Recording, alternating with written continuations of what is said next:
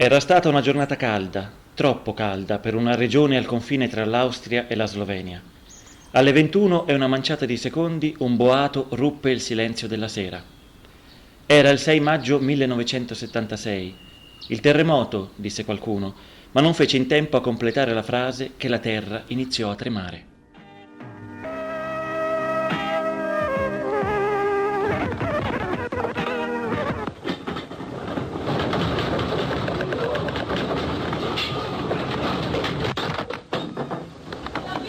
Quella scossa, durata quasi un minuto, squarciò il Friuli, lasciando 1000 morti, macerie, distruzione.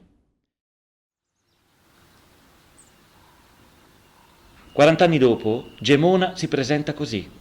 È il simbolo di una comunità che ha ricostruito se stessa, partendo dalle fondamenta. Un esempio per l'Italia. Venzone mostra le macerie dell'unica chiesa non ricostruita, quella dedicata a San Giovanni Battista, e i segni della rinascita. Il Duomo, ricostruito con le pietre originali, le case, una città monumento nazionale diventata simbolo della voglia di ripartire. La ricostruzione del centro storico di Venzone dov'era e com'era, e all'interno del centro storico la ricomposizione per anastilosi del Duomo ha significato fondamentalmente ridare alla popolazione la possibilità di non perdere la propria identità, rischio che un evento quale il terremoto potrebbe anche causare. Quindi il ritrovarsi nel paese così com'era, negli edifici ricomposti, significa appunto non perdere questo legame con la propria storia, con le vicende vissute assieme dalla gente di questo luogo. La sfida è quella di andare a cercare 9500 pietre tra le macerie, riconoscerle, darle un nome a ogni pietra. Ogni pietra è caratterizzata dalla lavorazione dello scalpellino. Nel 1300 ogni scalpellino viene con un attrezzo diverso dall'altro, segni diversi sulla faccia della pietra. I segni dovuti anche a terremoti precedenti, ai danni delle guerre precedenti. Tutto fa parte di quello che serve per riconoscere ogni pietra e ricollocarla esattamente dove era prima.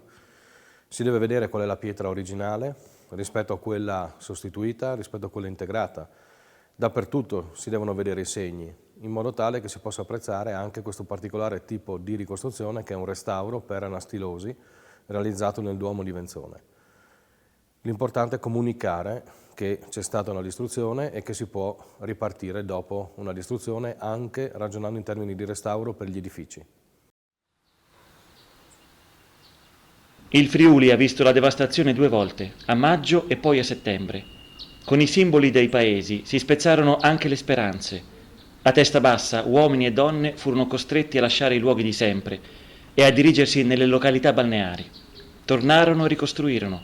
Il terremoto è solo un ricordo, a volte doloroso, indelebile. Un percorso che il Messaggero Veneto ha sempre raccontato e condiviso.